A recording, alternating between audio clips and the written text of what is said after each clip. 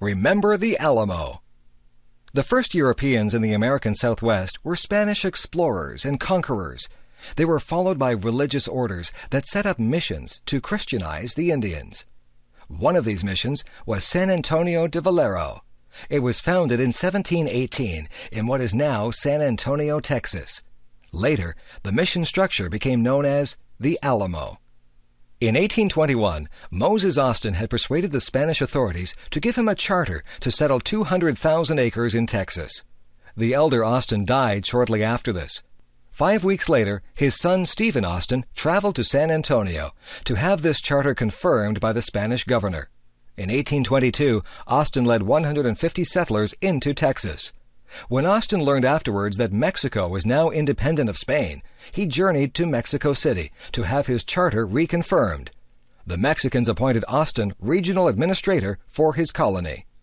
Texas grew rapidly. Cotton farming and cattle ranching were profitable and attracted American settlers. By 1830, there were 16,000 Americans in Texas, 4 times the Spanish-Mexican population. Sam Houston had been a successful soldier and politician. He was a friend and supporter of President Andrew Jackson. However, personal problems and political difficulties led him to leave the USA for Texas. Meanwhile, the struggle for control of Mexico had been won in 1833 by Santa Anna. However, the independent thinking of the Texans infuriated Santa Anna. He had Stephen Austin thrown in jail and sent an army into Texas. Austin was released from jail in time to organize the defense of Texas. The Mexican army was besieged inside the Alamo, and after fierce fighting, surrendered. The Mexicans were allowed to go home. Sam Houston was now elected the state's supreme commander. Not long after this, Santa Anna approached Texas with an army of 6,000 men. Houston decided not to meet Santa Anna in open battle, but to wait for an advantage. He sent frontiersman Jim Bowie to the Alamo. Bowie's orders were to leave San Antonio and destroy the Alamo. When Bowie arrived, however, Texas volunteers were preparing the Alamo for a siege. Bowie and his men pitched in to help. Other volunteers came. The fiery William Travis arrived with 25 men. Then the famous frontiersman Davy Crockett came with a dozen Tennessee sharpshooters.